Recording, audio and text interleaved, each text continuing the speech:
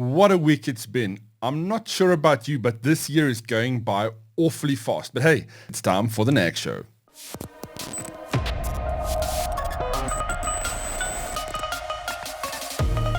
In this episode, we speak with Devyn and Dylon, the two chaps behind the awesomely nostalgic Retrocollect ZA.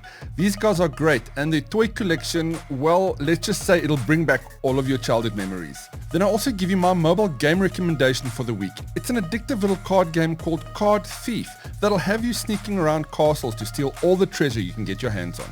On the hardware front, I've been playing with the brand new MSI gaming monitors here in the studio, and I've been suitably impressed. Stay tuned for more of that later in the show. As the team here at NAG slowly starts getting into the editorial routine for the next magazine out in June, we've also been getting many requests about the annual edition. Yes, there are still many copies available, and yes, you can grab yours now at shop.nag.co.za. Also, don't forget to keep an eye out for the badger. I always hide him in random spots in the show, so see if you can spot him somewhere in the edit. If you find him, drop a comment, but don't give away the timestamp. How good is your video gaming knowledge? Think you know your stuff? See if you can answer these questions in this week's Quest for Knowledge. Question 1. What unique simulation game released in 2023 allows players to build and manage their own high school?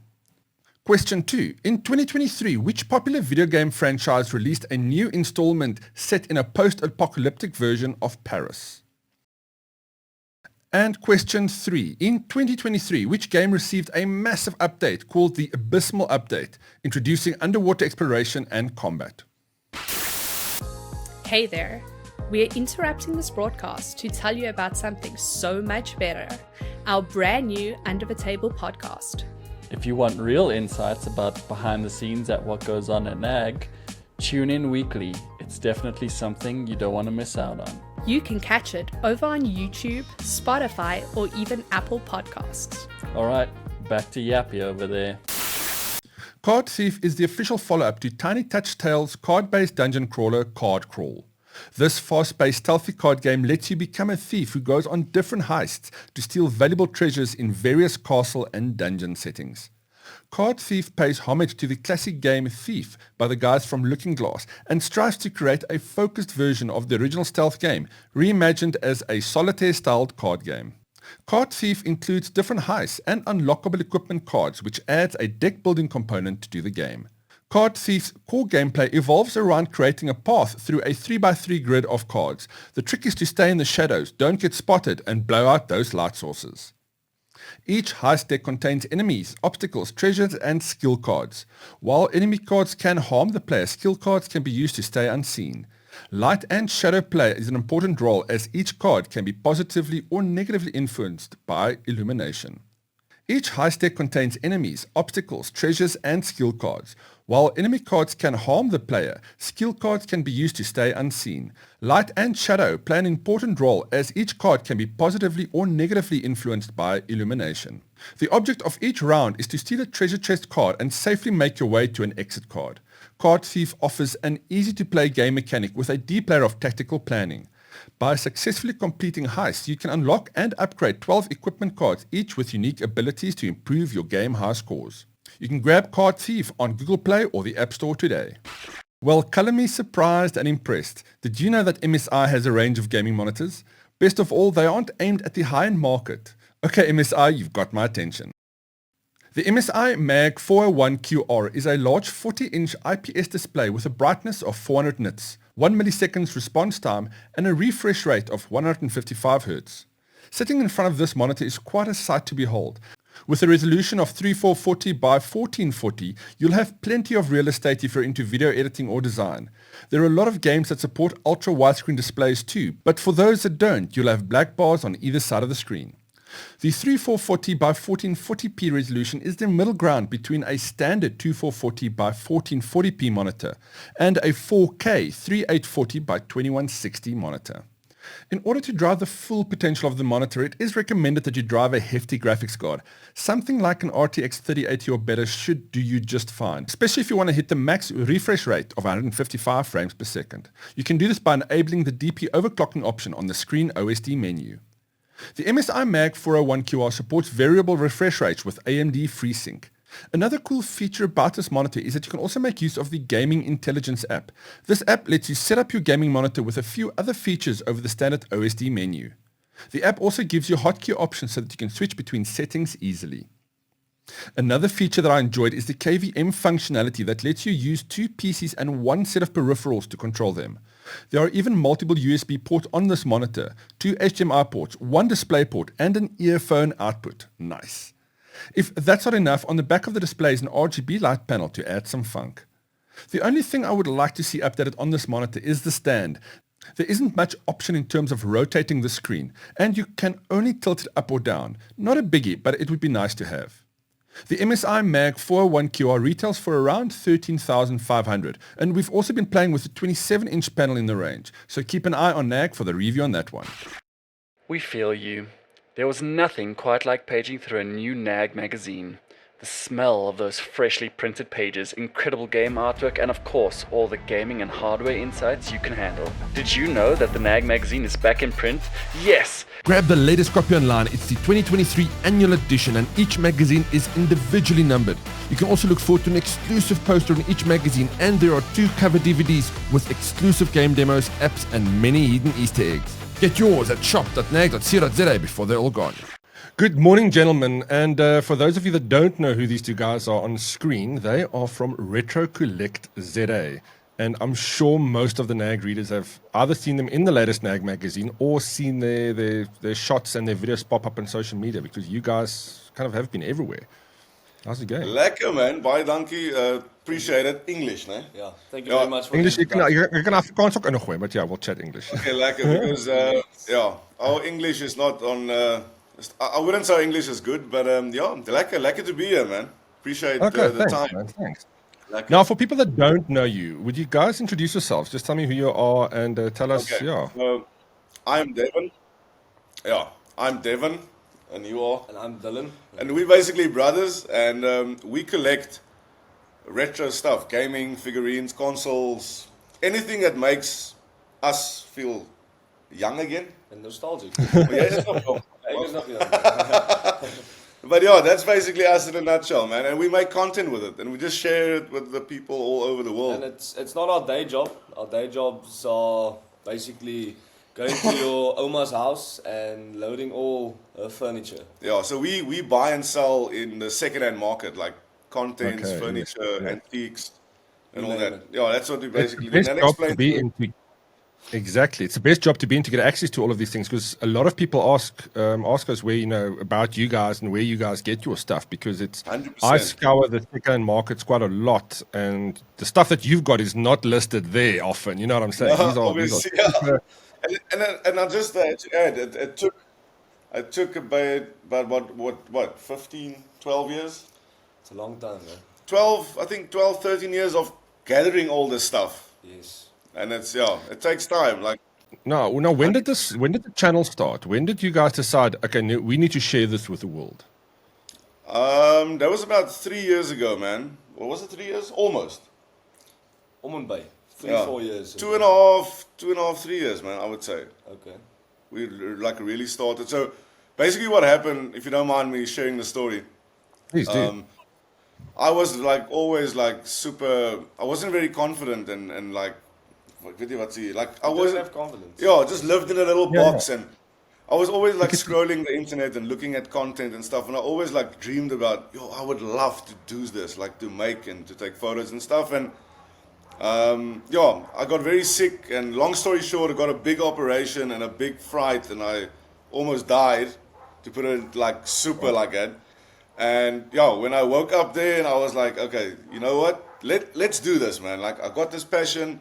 I'm just going to start it out. And I'm not going to care what people say. I'm not going to care about people's opinions. And if it sucks, it's fine. I'm just going to do it because I want to do it.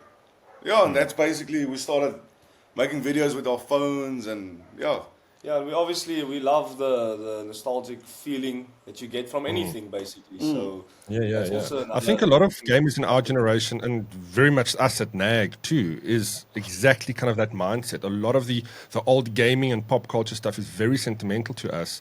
Not just 100%, from a man. showing off piece and kind of we can all, if we have friends all coming over, kind of these are things that you talk about and things that you engage with other people on that makes you happy Sure. ultimately. If you look at this, it's a super Definitely, throwback.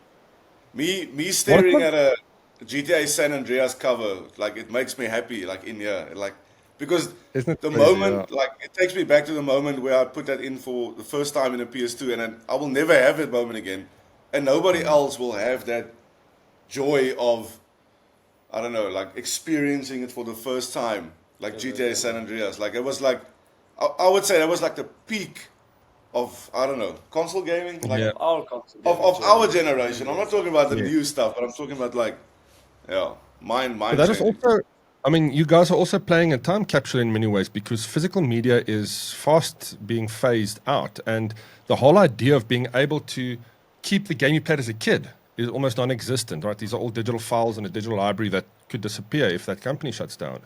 It's not a fun 100%, place to man. be if you consider how cool gaming, the assets to gaming really is. Dude, that is 100%. I take my son for example, gaming on the new Xbox and the PS5, and everything that he buys or adds to his collection is all just little pictures on a library. He doesn't like physical. Physical copies, yeah. Yeah, and as you said, if Xbox or PlayStation tomorrow decides like we call it a day and let's just quit everything and then it's gone, it's lost, and you don't have that like cover or CD or book or anything. And the same can be said for music too. I mean, I have a big love for music, and vinyl and CDs. Having a physical media versus just a Spotify account. I mean, I love the music. I love the fact that I can access everything, but it's not the same, and it's not- quite sad It's if not the you've same as putting experienced. that vinyl on the turntable and hearing that crackling noise and stuff like that. It's not the same. And I know Particularly Dylan- on Spotify. Dylan here also collects, so he loves Right, vinyls. yeah. So, I mean, you guys are obviously doing one hell of an interesting job in the second-hand industry. You started collecting all of these incredible finds. What are some of your most prized pieces? Sure, man. It's a good question. I was actually thinking about you going to ask this question. And then I don't know, man. Like, My prized pieces are not some of the gaming items, but some of our furniture items and some LPs that I like. It's not necessarily valuable, the LPs I would say, but it's like music that speaks to me. There's an LP that I have. It's by a band called War. It has a song on Lowrider. I don't know if you know that song, but I know it very well. that's nice to me. It's valuable to me. And then I've got a nice little lamp that you've seen most probably on the set. It's like an orange-white an lamp. orange one, yeah. Yes, Yeah, I it's love a that. little Yes. bit of a story. It's a little bit of a story behind that. So yeah, every piece has a story behind it, man. Yeah, I would say on the gaming side of things, our pinball machine is epic. It's a 19. I'm showing there, like I can maybe just like tilt it a little bit there. Like we can see it. Oh, It's nice. it's a 1976 Yes. original Laurel and Hardy, untouched, original insides, and it's 100% working. And it's also signed by all the guests we've had on the podcast. All the guests has been by us. They all signed on the side. So I would say that is a nice piece. And then, I don't know, man, owning a physical copy of Metal Gear Solid 1. Owning an actual PS1 or PlayStation 1. I think there's too many stuff. But a unique piece we picked up the other day that I would say it's super cool is a clone version of Super Mario, but it's called Van der Merwe in Booty. and Boetie. Oh, yes. I've heard of this. I may have even seen one. Okay, he's gonna get it quickly. So that is pure Afrikaans, man. So I would say that is a very, very cool find for us to have in the Dis collection. motor hierdaai, yeah. I mean, what is the market like for all of these things? I mean, I assume most of these things you keep. You're not in the market of selling these things. 100%. You I the rest hoard of your everything. business is So everything. there's But the rest of your basically- business, Van der Merwe and Boetie. So that's basically That's Super amazing. Mario. That's basically Super Mario, but somebody in the 80s. Yeah. They recoded the game. So in the open screen it says Van der Merwe and Boetie. and the character when he eats a mushroom. We actually did this with Jack Parrow on the podcast. Yeah. He eats a mushroom and then kom maar 'n pipe uit and he smokes like a pipe, like a regte Van der Merwe. So that is a we need to a get that. cool piece, man. Sorry to get get a back to handle your on something question. like You this. said, yeah, so we don't retail in any of this, man. We just collect. My brother thinks I'm a bit of a hoarder sometimes, but it's nice to have like 4 copies of San Andreas, like just in case one gets lost, maybe. One doesn't want to work We anymore. just need 4 PlayStation 1s, like maybe. Yeah, just like a I mean, hoarder. it's a showcase. Yeah, it's becoming a museum now. Do you play all of these 100%. games? Are you deeply into playing each one that comes in, make sure it's good, and then you feel that nostalgic trip? I'm more of the game tester, yeah. Yeah.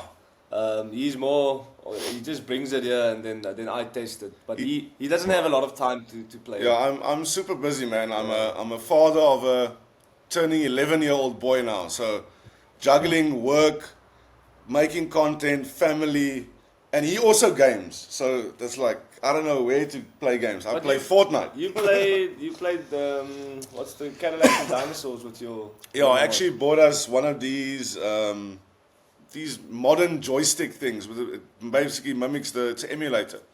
Yes. And it was a proud moment for us, sitting in the lounge, him with his joystick, me with mine, playing Cadillacs and Dinosaurs, and actually finishing the game. And I actually told him, dude, like years ago when we went to like the cafes, they will cost you like 20 rand in 50-cent coins to finish that game because you die like 100 times, man. So yeah, it's special moments, man. Yeah, look, gaming does bring us all together, and your collection is just making us all very envious of the stuff that we probably all gave away over the years, right? Damn it. Yeah, man.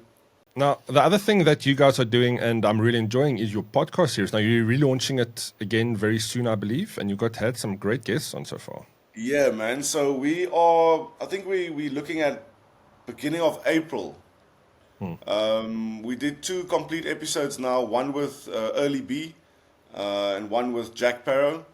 And then I think Biggie's coming Biggie, the guy that did Damas, Seme Wat Jou Naam Is, he's coming in March for episode 3, and then we're still busy with episode 4. So I would say the relaunch of the season 1 will have 4 episodes. So that will somewhere in April. We're trying to do it right this time, man. Yeah, we're trying to gather all the content and then how would I say it, hype it up, make shorts of it, and then post that on social medias, and then a link afterwards. 100%, because the previous time we were so excited because, and that's what I want to tell everybody, like we are just normal people, like random Afrikaans speaking, sukkelende Engelse mense, and that was the main goal, just showing everybody like whatever you love, whatever you do, just inspire, and like anybody can do it. So coming back to the point, when we like got Franco van Coke or Neil Sandylands in studio at our house with a fucking single garage, sorry for my swear word, and it was mind blowing, and we were so excited, so we just pushed out the content. So this time around, we just want to do it a bit more rustig, man. Just take it slow. Another thing I want to add to that is the first video we ever did was with the Samsung S20 phone. It was a Jack Parrow video. Yeah, and 2 floodlights. 2 floodlights and a S20. Blinding floodlights. Yeah. No other equipment. We had 2 condenser mics. We recorded it in Fruity Loops, and we used Edison to record. And there's an option where you can click off the loop. So after 30 minutes, it starts looping the recording over each other. Sure. And that's what happened with our first video. So some of the audio lapsed, and we couldn't use some of the audio. So you learn as you go. 100%, man. One thing I can just tell people is just start, just do it, and go for it. That's the main ingredient. Just start.